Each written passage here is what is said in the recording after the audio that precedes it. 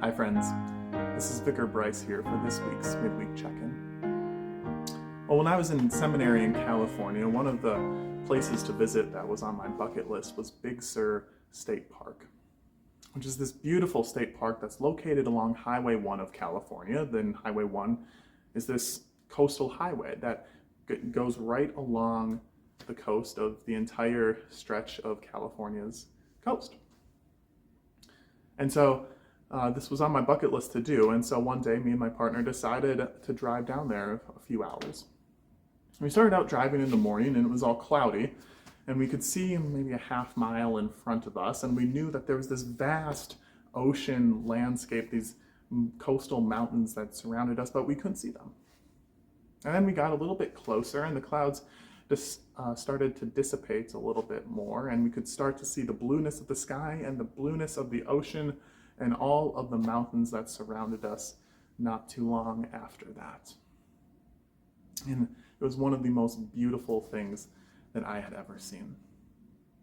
And I got to thinking how crazy it was that the very God that created this vast landscape, nothing like I had ever seen before, also created me, also created those that I know and love. I think sometimes we get focused on whether we should focus on ourselves or focus on the world around us or focus on the life of our friends and our family.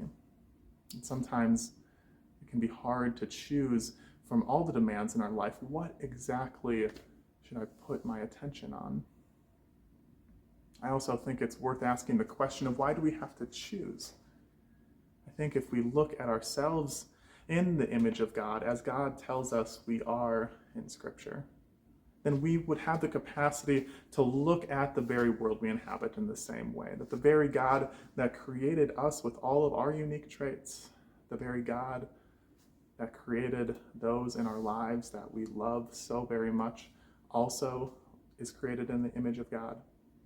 And also the world that we inhabit, that is so vast and that we are still trying to understand, is also created in the image of God. I think it's worth asking the question in this Lenten season, what would the world look like with that mindset? What would our political discourse look like? What would the issues that plague us, would those be as strong of a force with the mindset if we look at everything as created in God's image? It's a Lenten season that we are invited to because we are invited into a God's kingdom that is so far beyond our own understanding, and yet that is our invitation and our inspiration and hope in this season. Take good care, friends.